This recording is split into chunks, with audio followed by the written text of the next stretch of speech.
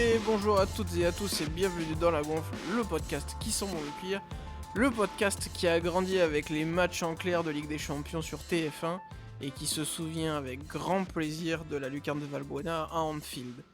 On l'avait dit dans le précédent épisode, qui sont un peu arrivés dans la foulée avec celui-ci, on parle de Ligue des Champions et après avoir traité du PSG qui va ouvrir le bal pour les clubs français, il est temps de parler de l'Olympique de Marseille qui fait son retour dans la grande compétition, dans la compétition de la Coupe aux grandes oreilles qui fait partie du palmarès marseillais. Évidemment, cette année, l'objectif n'est pas de la gagner, il faut pas rêver, mais on va voir qu'avec le tirage au sort obtenu par l'Olympique de Marseille, à savoir l'Eintracht Francfort, donc dans le chapeau 1 puisqu'ils ont gagné l'Europa League, le Sporting Portugal ainsi que... Et j'ai un trou. Tottenham, Tottenham, voilà, le Tottenham Hotspur. les Anglais du Euh, nord de Londres, Exactement. Bah, c'est parce que j'oublie en fait les clubs qui n'ont pas de palmarès, excusez-moi. c'est ça. Euh, On va voir qu'au final l'OM s'en sort pas si mal. Et pour en parler, j'ai les mêmes sociétaires que pour le sujet du Paris Saint-Germain. Donc je vais inverser la présentation. Après avoir commencé par Aurélien, je vais commencer par saluer Pierre. Salut Pierrot. Bonjour à tous et aujourd'hui, oui, on va parler de l'OM mais aussi on va parler du deuxième club du nord de Londres puisque, on parle de Tottenham et pas d'Arsenal malheureusement quoi. Ici, on est rouge, hein. On est tous pour Arsenal, enfin moi en tout cas, je le suis et Je suis plus on Arsenal aussi, oui. et Ouais, on mais ça, pense, c'est notre prisme tous français, que ça. Harry Kane est surcoté, voilà, c'est dit. Le seul élément que mon deuxième invité aime de Tottenham, c'est que c'est les mêmes couleurs que la J Auxerre, en tout cas la couleur dominante, c'est le blanc. C'est pour ça que je l'accueille aujourd'hui de cette manière. Aurélien, salut. Salut Simon, salut Pierre, salut à toutes et à tous. Et je tiens à préciser que le but de Valbuena est quand même suivi d'une glissade, donc je ne pense pas que le geste soit totalement maîtrisé. Ah non, non, oui, je pense qu'il y a un peu de chance, mais n'empêche qu'il a enlevé l'étoile d'araignée qu'il y avait dans la cage de Pepe Reina. Ce qui faisait plaisir. C'était la première victoire française à Anfield d'ailleurs. Et peu de temps après, Lyon d'ailleurs avait fait la même chose. Donc c'était une belle période pour le foot français. Voilà, c'est pas comme en ce moment où on doit compter généralement que sur le PSG. On l'a dit, messieurs, on va commencer par ça. Et je vais commencer avec toi, Aurélien. Le groupe tiré par l'OM,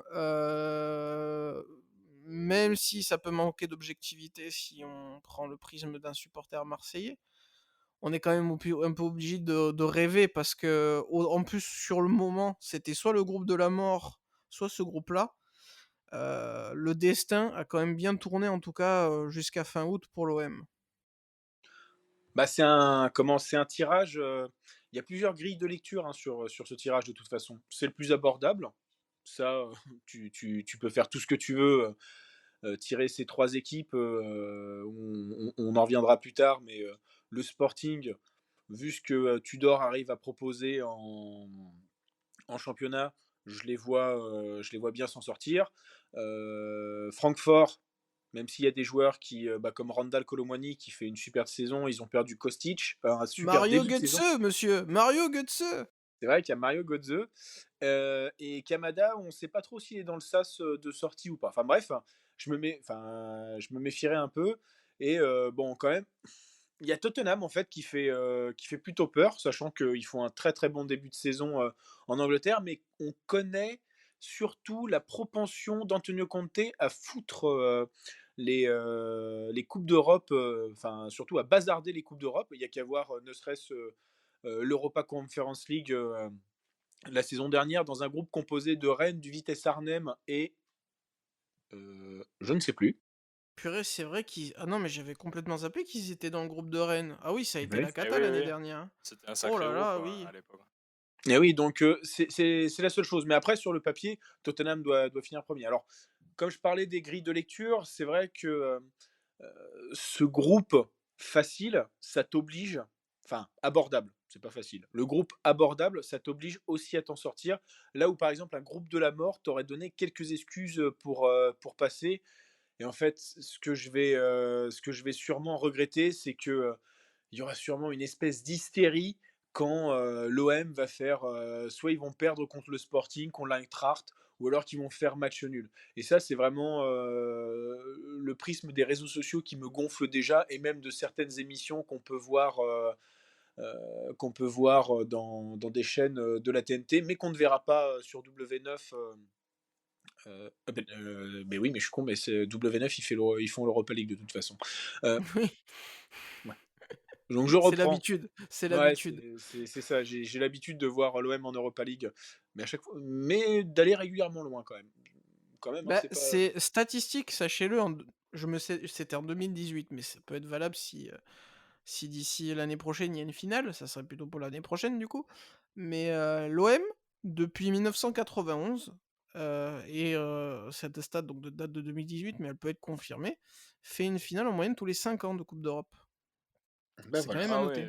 Ah oui, non, mais de toute manière, je pense qu'on est tous d'accord sur le fait de dire qu'il vaut mieux, quoi qu'il arrive, que l'OM soit reversé en Europa League plutôt qu'il fasse une saison, enfin, qu'il fasse une saison à 0 points en Champions League, quoi.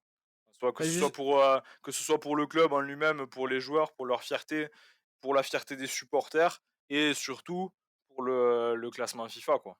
Et puis justement, c'est aussi le piège de ce groupe, Aurélien, tu vas pouvoir un peu, je pense, alimenter ce que tu étais en train de dire, mais hem, il y a 2 façons de voir les groupes, comme tu disais. On peut vouloir avoir des matchs de gala, quitte à se dire: «Bon, bah, c'est foutu et le moindre match nul, on sort sur le vieux port et on célèbre». Un groupe comme ça, tu as de l'espoir, mais d'un autre côté, tu as une responsabilité de résultat. Tu as une obligation de bien paraître. Tu peux pas te permettre de faire, même sans faire 0 point, de faire, comme la dernière campagne où, tu as arraché une victoire, mais ultra difficilement et être décevant, le reste du temps. L'OM est un peu obligé, en tout cas, de bien figurer cette année dans ce groupe. Ah bah, l'objectif pour moi, c'est la deuxième place et ce serait pas déconnant. Et comme je l'ai dit au début, je vois quand même Antonio Conte faire tourner son équipe ça et là. Donc je serais pas étonné de voir un match nul contre Tottenham qui permettrait même peut-être de ravir la première place. En fait, c'est aussi l'avantage de ce groupe, c'est que comme il est plutôt, moi je trouve homogène quand même si le Sporting je le mets un peu en dessous, l'avantage de ce groupe homogène, c'est que même quand tu perds, il y a moyen que l'adversaire au-dessus ou en dessous, enfin en tout cas l'adversaire au-dessus perde contre l'adversaire en dessous. Donc finalement, qu'à chaque journée, le groupe soit, les cartes soient rebattues. Donc ça reste quand même un avantage. Si tu parles un peu du scénario, alors je me souviens que ça avait profité au Zénith, il me semble, d'un groupe où il y a eu 3 clubs à 9 points à la fin de la phase et que bah, du coup ça avait été ultra serré. Et preuve peut-être qu'il est homogène ce groupe et que c'est pas si facile, tu vois, tu mets le Sporting en dessous, moi j'ai tendance à mettre l'Eintracht, vu le début de saison de Francfort et même la fin de saison, hormis l'Europa League, où ils ont fait une véritable épopée et ils ont été excellents en Coupe d'Europe. Voilà, c'est pas si simple de parier. Pierre, quel est ton point de vue? Parce que on a déjà un élément, c'est qu'on peut dire que même Tottenham qui semble au-dessus et qui, même si Aurélien dit qu'il y a peut-être la place de faire plus que bien, et peut-être d'aller chercher une première place dans ce groupe-là pour un non favori, un outsider quoi. Euh, Ça reste quand même un Sporting qui a eu son prime il y a 2 ans et qui redescend. Tottenham, c'est plus celui de Pochettino qui va en finale. Francfort, si, Francfort c'est son meilleur moment, mais c'est historiquement pas un grand d'Europe. C'est très bizarre, mais c'est presque le moment de prendre aussi ces clubs, un peu comme Paris. C'est peut-être moins flagrant parce que Paris a des clubs qui ont gagné la Ligue des Champions. Là, c'est l'OM qui a gagné la Ligue des Champions dans ce groupe-là. Donc c'est pas trop utilisable comme argument. Mais par contre, bah, voilà, on n'a pas des clubs qui sont en pleine bourse. C'est pas un ogre qui est face à l'OM en fait. Bah, pour moi, Tottenham, je suis pas d'accord avec toi. Pour moi, aujourd'hui, Tottenham est plus fort que celui de l'époque de Pochettino. Pour moi, la campagne de Pochettino en Ligue des Champions cette année-là, c'est un peu un hasard de les retrouver en finale.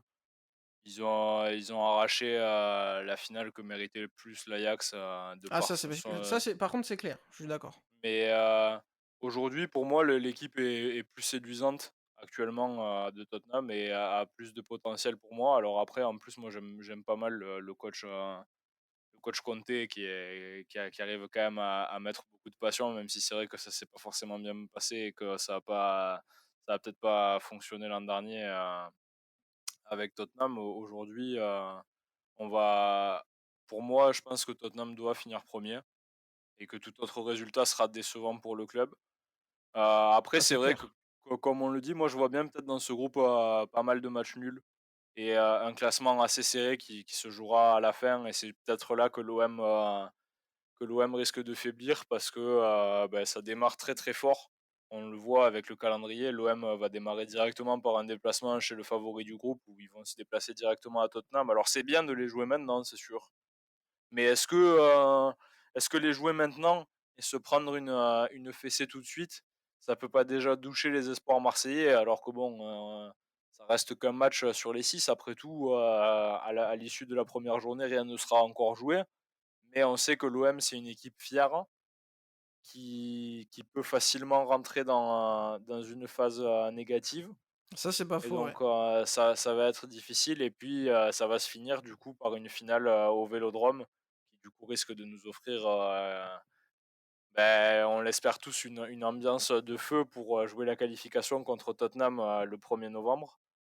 Donc, ouais, à voir. Mais moi, je pense que ça risque d'être un groupe assez serré et peut-être que l'OM manquera de profondeur de banc. Et puis après, il faudra voir aussi au niveau des blessures ce qui va se passer, parce qu'il y en aura évidemment. Et il y aura encore même des mouvements au niveau du marché des transferts.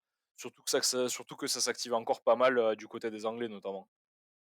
Bah, écoute, j'ai même envie de te dire que, au soir du 1er novembre, on fêtera soit la qualif, soit on fêtera nos morts. Littéralement, hein, ce sera le 1er novembre, ce sera le cas de le dire. Mais, alors tu vois, tu le prends dans ce prisme-là, ce qui est très intéressant et qui est assez véridique, mais je trouve qu'on peut aussi le voir d'une certaine manière. Où l'OM, en fait, va s'offrir une acclimatation, un premier bain un peu, baptême du feu, où tu rien à perdre, tu vas chez le favori. Aussi, tu commences pas à domicile. Je pense que c'est important parce qu'on connaît l'engouement marseillais, la folie que ça peut être dans le stade. Ça peut, sur le premier match, être tellement, tellement, tellement, incandescent, la fierté de retrouver la compétition, que ça pourrait presque se retourner contre l'équipe. Et je trouve que dans cette idée-là, de commencer à Londres, c'est pas une mauvaise chose. Parce que déjà, on va faire un premier match et le second match, on rentrera vraiment dans un autre prisme. On va affronter les adversaires a priori directs pour la qualification cette fois-ci. Et pour cela, je pense que c'est pas mal. Et surtout, gros avantage, c'est de finir à la maison, même si c'est face à Tottenham. Tottenham peut aussi se retrouver dans un scénario où les Spurs sont qualifiés.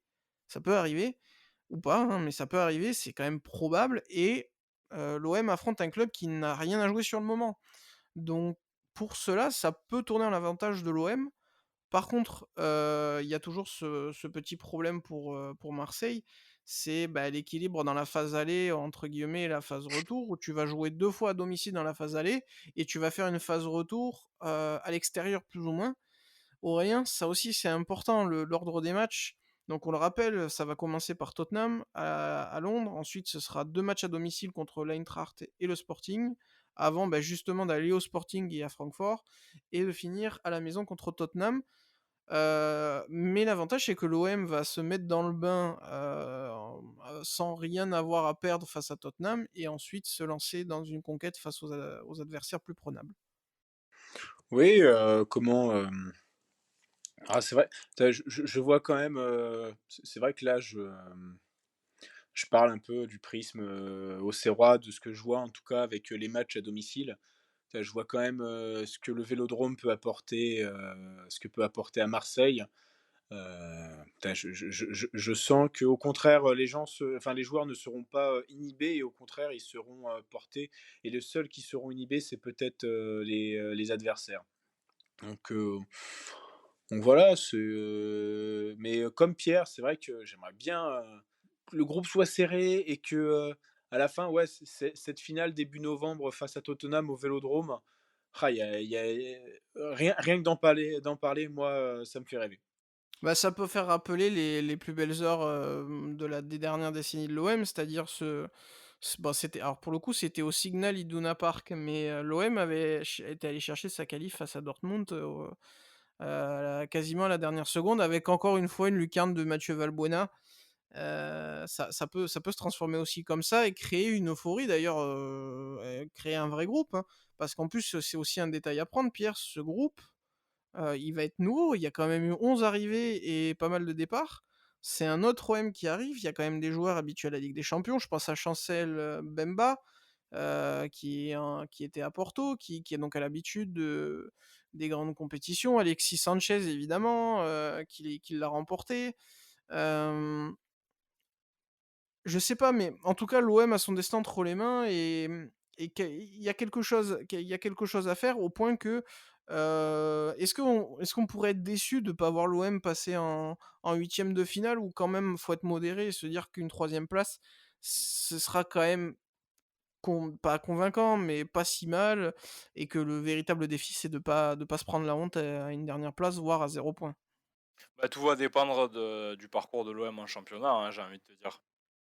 Parce que, bon, si c'est pour faire, en soi, oui, on leur en voudra pas s'ils y arrivent pas, évidemment, ça reste un groupe qui est relevé et puis il y a Francfort, il y a Tottenham, c'est pas des peintres non plus en face. Même si le tirage est favorable, faut pas oublier non plus que l'OM revient de loin et que, bah, de fait, l'important ça reste aussi de s'inscrire dans la continuité et d'accrocher cette deuxième place, voire la troisième si elle est toujours automatiquement si elle est de nouveau automatiquement qualificative. Mais l'important pour l'OM, ça va être d'accrocher, la Ligue des Champions et de s'inscrire dans la durée. C'est surtout ça le C'est projet, vrai, parce que c'est bon, vrai. en soi passer les huitièmes, pourquoi faire? J'ai envie de te Bah, les dire. sous, Passer les huitièmes toujours. pour l'argent, OK. Pour se faire trouer le cul par un premier de groupe, pour taper le Bayern ou Liverpool ou des trucs comme ça, bon OK, ça va faire un super match au Vélodrome, les minots, ils vont en prendre plein les yeux. Mais à côté de ça, sportivement, c'est ça, voilà, ça fait plaisir, ça fait une Mais belle regarde, histoire à je raconter, je mais vais ça fait pas te grand-chose au final, quoi. je vais te raconter un exemple. On peut reprendre une idée où, une année, l'OM est en Europa League, va en finale en 2018.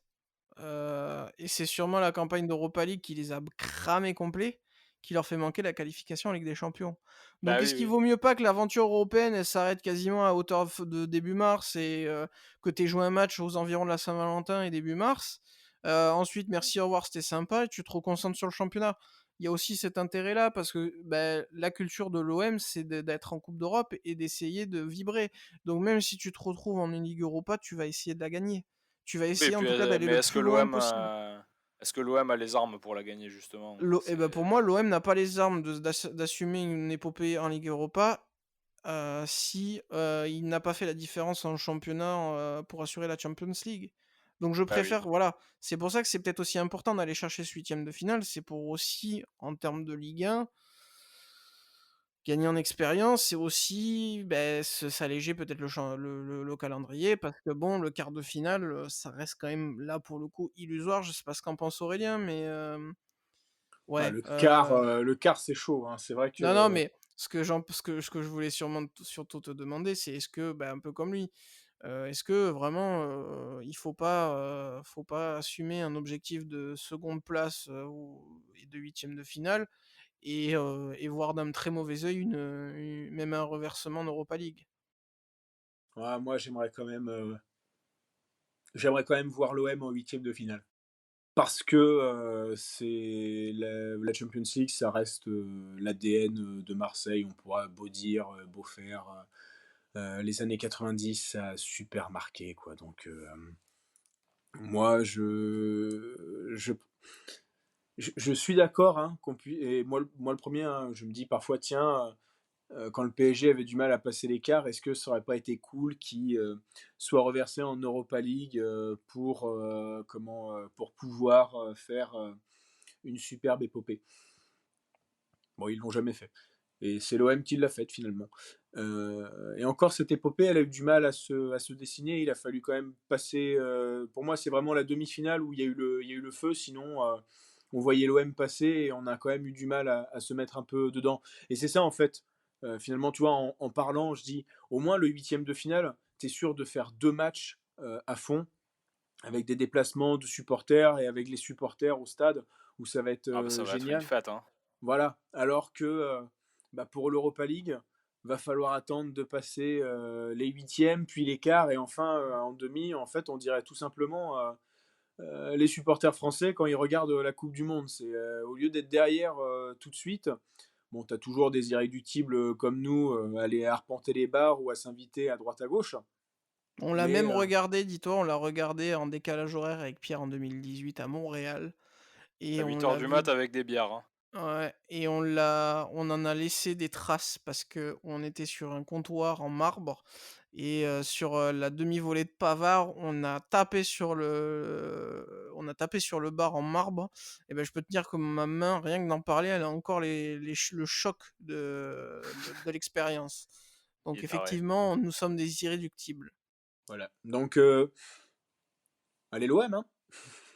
Non, mais il faut rester. Alors, je vais quand même un peu tempérer. Il faut rester conscient que, surtout avec les dernières expériences en Ligue des Champions, l'OM ne part pas du tout favori pour la deuxième place. Mais ce qui fait garder aussi de l'espoir, messieurs, c'est le début de saison des trois concurrents en dehors de Tottenham. Tottenham joue très bien. Et d'ailleurs, pour répondre à Pierre, moi je les trouve pas meilleurs parce que si tu regardes Tottenham, moi je les ai regardés du coup, j'ai eu envie de regarder un peu. J'avais vu comme toi un petit peu des passages face à Chelsea, mais surtout je les ai regardés contre Nottingham Forest. Tottenham a le jeu fait pour l'OM. C'est-à-dire que j'avais très peur en fait moi à la base de Sampaoli en Ligue des Champions parce qu'avec le jeu de Sampaoli sans la possession, je pense qu'on se serait pris des branlées et on l'aurait regretté. Là, le jeu de Tudor, déjà, si tu as pas le ballon, ce qui risque d'être le cas contre au moins Tottenham, c'est pas si grave. Mais surtout, on est organisé pour avoir de la verticalité. Ce qui va être important en contre-attaque. Et franchement, je me suis fait la réflexion, rien que face à Tottenham, jouer avec une défense à 3, c'est ce qu'il faut. Parce que, en gros, pour vous résumer ce que j'ai vu, franchement, c'était stéréotypé et ça m'étonne pas de compter. C'est soit on va du côté gauche avec Son, soit on va du côté droit avec Kulusevski. Et après, on essaie de combiner avec Harry Kane, voire Richarlison si il est rentré. Donc, ça marche très bien. Ils sont talentueux. C'est la première ligue. Ils ont les meilleurs joueurs. Mais ça reste contrable, quoi. Il y a une stratégie. Tu peux aller chercher le match tactiquement. Mais si on part sur un spectre plus global, tu as de quoi espérer, parce que le Sporting, messieurs, commence mal sa saison au Portugal, ils sont 13e, et l'Eintracht, l'année dernière, a fini 11e de Bundesliga, si on enlève la Coupe d'Europe. L'Europa League, il n'y aurait pas eu de qualification pour aucune des coupes européennes. Même la Conference League, ça n'aurait pas suffi. Et c'est pareil, ils sont encore 11e en début de championnat, ils n'ont qu'une seule victoire. L'OM a par contre fait une préparation, Aurélien, catastrophique, mais s'est rassuré sur le championnat avec notamment la dernière victoire face à Nice où ils ont été largement au-dessus. Est-ce que l'arrivée de Tudor, qui est un jeu moins pragmatique, enfin qui est un jeu plus pragmatique et qui demande moins d'exigence, va compter finalement dans les duels qui se profilent? Bah, je vois, enfin, j'aime plutôt ce que je vois quand même de Tudor. C'est pas encore le Hellas Vérone, mais ça se met gentiment en place. On en parlait hein, sur un podcast de l'OM. Mine de rien, le fait que l'entraîneur ait joué la Ligue des Champions en tant que joueur, ça peut t'aider à préparer ce genre de match. Et l'avantage aussi, c'est que tu as dans ton effectif des joueurs qui l'ont aussi disputé Mais qui l'ont euh, gagné? et qui l'ont gagné. Oui, Oui, Alexis Sanchez. Alexis Alex. Sanchez, ouais. Au grand bonheur de Pierre. Ah oui, c'est Bah vrai. oui, oui, à l'époque. Hein. Donc Ça ça va commence à apporter. En dater, plus, mais je pense que oui, quand tu prends ceux ils l'ont disputé, tu retrouves Alexis Sanchez, Chancel Mbamba. Je pense même qu'un Samuel Gigot, il en a disputé. Ah bah avec le Spartak, il y a de avec le Spartak Spartak. probablement. Hein. Ouais, C'était avec le Spartak ou Spartak, ouais. CSK? Non, Non, Spartak. Le Spartak. Spartak, ils Bah, l'ont joué, hein, la Champions League, mais c'était Spartak est pas. le club. Souvent, on connaît le CSK et le Zénith en France, mais le club le plus supporté de Russie, c'est le Spartak Moscou. Voilà pour l'anecdote. Donc voilà, c'est quand même des joueurs Under euh, aussi qui doit en avoir un. qui Oui, oui, oui. Cengiz Under. ouais. Avec l'AS Rome et. Ouais, mais lui, on sait pas trop ce qui va arriver de lui, c'est ça le problème. Ouais. Parce que oui, il a peut-être déjà joué à la Ligue des Champions, mais je suis pas sûr qu'il joue beaucoup cette année. Donc voilà, Tudor, je m'attends quand même, ouais, je m'attends quand même à ce qu'il apporte quelque chose, en Ligue des Champions. De toute façon, en fait, c'est du gagnant-gagnant. C'est que, lui, il a besoin de ça pour asseoir sa comment ça s'appelle? Son, Sa sa patte. notoriété. Ouais, sa patte, sa notoriété, hein, parce que, un peu d'ailleurs comme Galtier, on peut faire un peu la comparaison avec, le podcast avec le PSG. C'est que Galtier, il me semble qu'il a pas joué du tout la Ligue des Champions en tant que coach. Tudor non plus et en fait, ça va permettre, de dire: «Bah, voilà, je sais pas ce que vise, Igor Tudor, peut-être qu'il vise, la sélection croate, ou des choses comme ça, ou des clubs un peu plus huppés, que Marseille». Déjà, c'est déjà un bon truc donc voilà, ça peut aider, ça peut aider. Eh ben, écoute, on va voir ça, hein. J'avoue que, en tout cas, ce groupe-là, il me semble vraiment indécis, ça peut vraiment partir dans tous les sens et à mon avis, il va être vraiment cool à suivre parce que, d'une journée à l'autre, on pourrait avoir des sacrés rebondissements avec des résultats pas toujours cohérents et parfois, c'est ça aussi qui fait la beauté du football, c'est un peu, quand c'est indécis et qu'au final, le dénouement est encore plus dramatique. Pierre, je te sollicite parce qu'on en a parlé dans l'épisode précédent. Comme le PSG, l'OM va avoir une responsabilité importante vis-à-vis du football français, en plus d'être le représentant, puisqu'ils ont du coup le Sporting, un club portugais, dans le groupe. Et ce qui dit club portugais dit donc guerre du classement coefficient UEFA. On est encore une fois titillé par le Portugal, il y a même maintenant les Pays-Bas. Est-ce que vraiment, dans un spectre franco-français, ce double duel face au club qui a révélé Cristiano Ronaldo et dont Ronaldo apparemment aimerait y retourner, et est-ce que c'est pas aussi à cocher une croix rouge sur le calendrier pour l'OM, les matchs, donc le match face au Sporting et le match à Lisbonne, du coup, pour le bien du foot français. Bah, ça va être important, oui. Après, le Sporting, il faut remettre les choses dans leur contexte. L'an dernier, ils ont quand même accroché les huitièmes de finale. C'est vrai. Ils sont sortis parce qu'ils sont tombés contre City et ils ont fait quand même un match nul au retour, même s'il n'y avait plus vraiment d'enjeu vu le score du match aller. Ils sont tombés contre le demi-finaliste, ce qui est quand même un parcours honorable pour un club avec ces moyens-là. L'OM va devoir encore une fois essayer de relever le foot français de par sa participation en Ligue des Champions et on espère en tant que Français avant tout de pouvoir avoir au moins ces deux clubs-là qui sont le PSG et l'Olympique de Marseille en huitième de finale et peut-être plus loin même hein, parce que bon on n'est jamais à l'abri d'une surprise.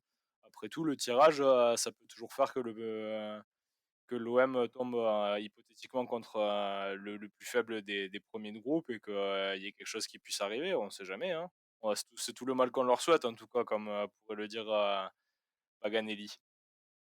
Aurélien, justement, est-ce que, avant même de parler de qualification, voir l'OM aider le coefficient UEFA, face au Sporting, ce serait pas presque une priorité, quand tu reviens de 2 expériences en Ligue des Champions à la dernière place?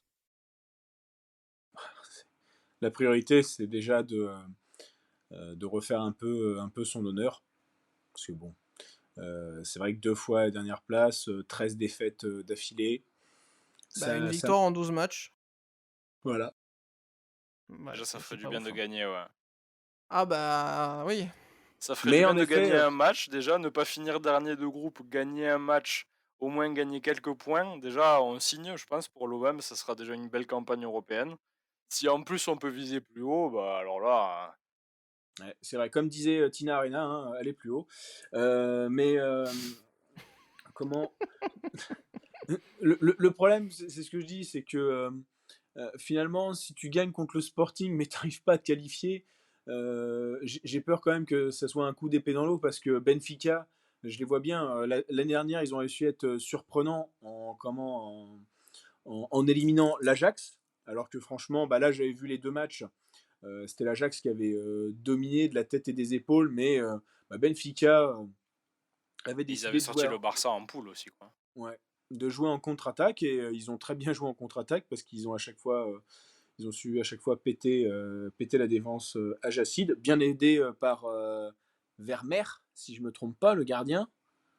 Ah non, c'était. Bon, bref, c'est plus Vermeer. Non, c'était. Oh, j'arrive plus à me rappeler du goal de l'Ajax. Mais donc, le but, c'est quand même de faire carton plein, c'est-à-dire qualif et double victoire contre le Sporting. Là, franchement, on est aux anges. Ouais, bah, c'est vrai que ce serait déjà pas mal. Après, attention, hein, on oublie l'Eintracht, mais l'Eintracht peut quand même espérer une seconde place et il peut y avoir un scénario où on bat 2 fois le Sporting et le Sporting finit dernier. C'est à prendre en compte aussi, et c'est un peu dans cette idée-là que c'est peut-être un peu pour moi le minimum syndical que l'OM doit viser, c'est-à-dire se refaire la santé. Et ça passe par des victoires peut-être contre le Sporting. Mais j'ai un peu peur quand même, je vous avoue. On va partir sur les pronos, messieurs. Je pense quand même. En fait, je suis trop habitué à l'OM et je suis trop habitué à avoir des déceptions que pour être honnête avec vous, mon classement, c'est que je vois Tottenham remporter la poule. Enfin, pour moi, s'ils jouent pas aux idiots et malgré le facteur Conte qui a vraiment beaucoup de mal avec la Ligue des Champions, Tottenham va finir premier. Et en fait, j'ai peur d'un scénario où, parce que ce groupe s'y prête bien, comme on l'a dit, il y a une égalité de points, et que ce soit entre le Sporting et l'OM, et que ça se joue à la différence de but ou à la confrontation directe, et que l'OM l'est dans le baba à cause de ça. Donc je vais parier sur un ex-aequo de points qui tournera en faveur de qui, je ne sais pas. Ah, un ex-aequo de points total? Un ex-aequo de points entre le Sporting et l'OM. D'accord, donc Et pour que la ça deuxième se joue place. donc sur une différence, une Ouais, confrontation. cruel quoi. Et l'Eintracht, qui n'a pas l'habitude quand même de la Ligue des Champions, j'ai peur pour eux que, peut-être pas face à l'OM, hein, par exemple, ils vont peut-être aller chercher des points face à l'OM, mais à Tottenham et au Sporting, qui sont quand même des chevronnés, ça va être compliqué et que ça peut leur coûter cher.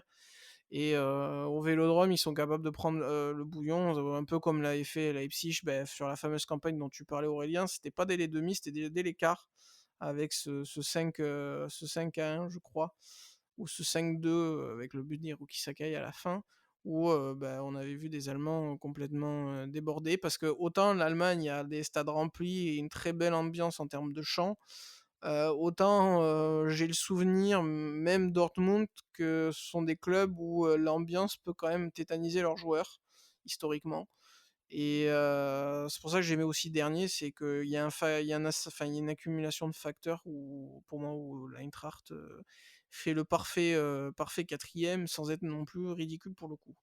Aurélien, j'avais commencé avec Pierre, il me semble, tout à l'heure, puisqu'on enregistre, on a enregistré à la volée, hein, pour vous T'as donner les cassé le coulisses. 4ème mur, ça y est. Oh là là, mon Dieu, j'ai mis les auditeurs dans le secret. Aurélien, tu vois quel dénouement pour ce groupe D? Parce qu'on l'a pas précisé, mais c'est le groupe D. Ben moi, je vois comment. Je vois Tottenham premier, mais pas forcément avec une grosse avance. Un peu. Je vois l'OM. En revanche, je vois plus le balotage entre l'OM et l'Eintracht. C'est vraiment le Sporting qui me fait pas confiance. Surtout, bon, je vois passer des suiveurs du championnat portugais. Là, actuellement, ils sont 13e, le Sporting Portugal. Je pense que ça doit faire partie au moins des top 3, top 5 des pires débuts de championnat du club lisboète. Sachant que j'ai pas regardé, mais je pense pas qu'ils aient comment affronter des gros parce que j'ai pas vu passer. Non, ils ont perdu contre Chavez, notamment. Voilà, donc c'est pour ça, c'est que pour moi, c'est le Sporting qui va se faire bananer et que les clubs allemands, il faut toujours se méfier des clubs allemands, en effet. Hein, Randall Colomwani et Mario Götze ont l'air l'un de confirmer tous les espoirs qu'on avait vus à Nantes et l'autre de montrer que il avait le droit à une seconde chance. Pierre, d'ailleurs, pour préciser un petit peu, si le Sporting a commencé avec une défaite à Porto et a affronté aussi Braga qui est leader. mais ça n'empêche pas qu'ils n'ont pas été bons et que ils ont perdu contre Chavez, qui est pour le coup pas exceptionnel. Et pour préciser aussi le Sporting, ce qui est important effectivement à prendre en compte, c'est que depuis leur titre, ils se sont fait piller, notamment Nuno Mendes, hein, qu'on connaît en Ligue 1 au PSG, venait du Sporting. Ils ont perdu leur milieu de terrain qui était composé notamment de Wendel, le Brésilien qui joue maintenant au Zénith, si je dis pas de bêtises. Et il y avait aussi le très bon Matheus Nunes, qui était très intéressant et qui a fait un choix de carrière un peu bizarre. Moi, je l'aurais bien vu rester un peu plus longtemps. Il est parti. Il Bon. est resté au Portugal pour moi. Matheus Nunes, c'est pas impossible qu'il soit allé chez un rival. Mais Non, moi, je pour moi, l'aurais il vu est à... allé chez Wolverhampton. C'est pas ça? Ah ouais, oui, oui, si, c'est ça. Mais maintenant que tu le dis, oui, il est allé chez les Oranges, qui effectivement a un accent très portugais. Pierre, ton verdict pour le groupe D, est-ce que ce sera le groupe D de la délivrance pour l'OM ou est-ce que ce sera le groupe D de la déception pour l'OM? Bah, alors moi, je vais prendre un peu de risque parce que je vais imiter mon collègue Aurélien. Je vais faire un pari sur les points. Alors, je vois pas de groupe, pas d'équipe trop survoler le groupe. En premier, je mettrais bien Tottenham avec 12 points, suivi de très près par Francfort avec 8. Et ensuite, le Sporting avec 6 points et Marseille, malheureusement dernier avec 4 points qui rentre à la maison sans rien. Pour moi, ça me paraît être le classement le moins risqué du groupe. Malgré tous les espoirs que j'ai pour l'OM et les belles choses qu'ils nous montrent en ce début de saison, j'ai du mal à les voir performer en Champions League et surtout du côté des adversaires à l'extérieur. Et je pense que malheureusement, à domicile, ça va être très difficile face à des clubs comme Francfort et Tottenham qui vont venir pour justement essayer de prendre des points. Et je pense que malgré tout, ça reste un déplacement plus facile de venir jouer à Marseille que d'aller jouer au Sporting. Je pense que les clubs les clubs en fait du groupe se souviennent plus facilement des parcours de Marseille en Champions League. Et donc il va y avoir un peu peut-être ce complexe-là du petit poussé de la compétition du vilain petit canard en quelque sorte qui se fait martyriser constamment.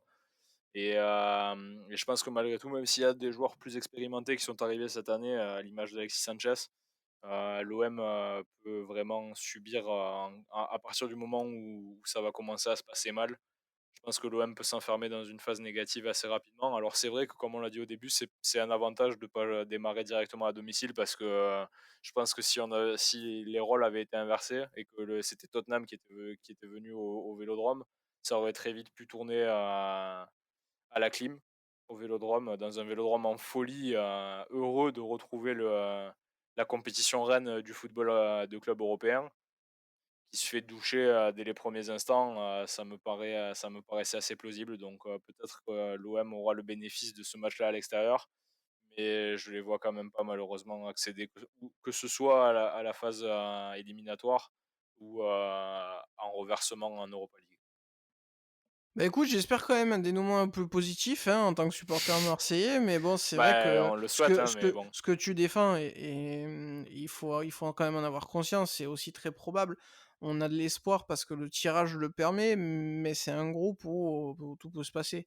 Sincèrement, même avec Tottenham, en vrai, c'est tellement homogène, je trouve, et Tottenham peut être un club qui peut faire des ratés, j'allais dire de ratés, qui peut faire des ratés.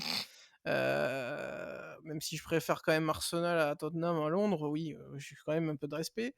En vrai, je trouve que c'est vraiment très compliqué à pronostiquer parce qu'il y a tellement de facteurs qui peuvent arriver. Le mauvais début de saison du Sporting, il peut les plomber. L'OM, on sait que ça peut très vite mal tourner.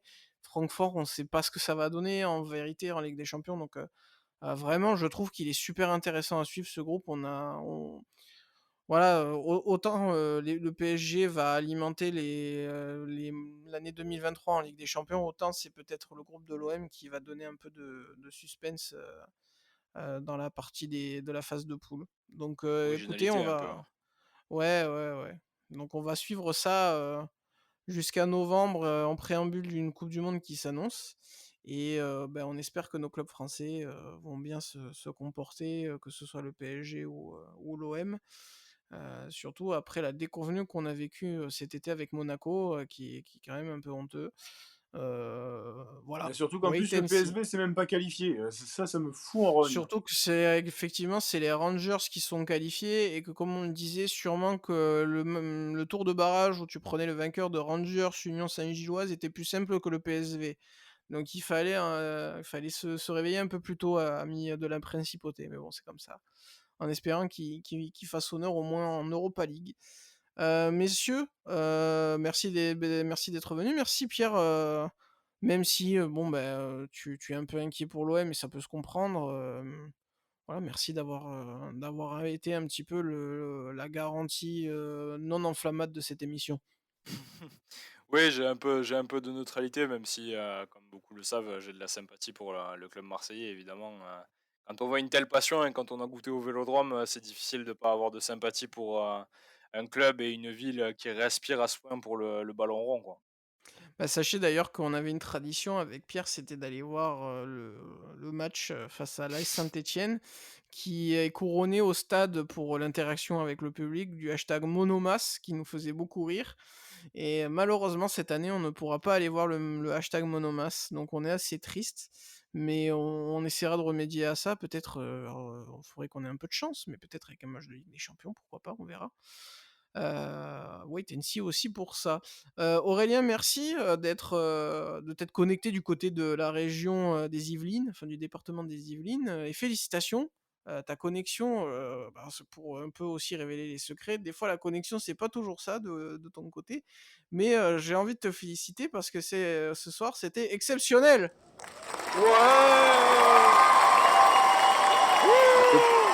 Le problème, c'est que j'espère que ça va pas nous obliger à enregistrer tard le soir pour être sûr que la 4G soit laissée tranquille par les Yvelinois.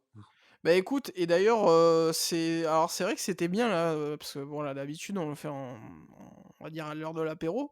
Là on le fait en fin de soirée, mais on va pas trop tarder à conclure, messieurs, parce que bah, du côté de Montpellier, on a des éclairs qui s'affichent. Et ce serait dommage que mon ordi pète à cause d'un éclair et que l'enregistrement soit foutu. Donc je vais vous quitter sur ces paroles météorologiques. Comme on le disait tout sur l'épisode du PSG qu'on a tourné en même temps, comme Aurélien fait du football ou fait du sport, j'aimerais bien reprendre aussi prochainement, peut-être avec un ballon rond, mais qui se joue en salle et avec la main. Et du foot peut-être en loisir aussi, pourquoi pas. Mais surtout, soyez heureux, c'est le plus important. Et vive les clubs français. Ciao, ciao. Ciao à tous.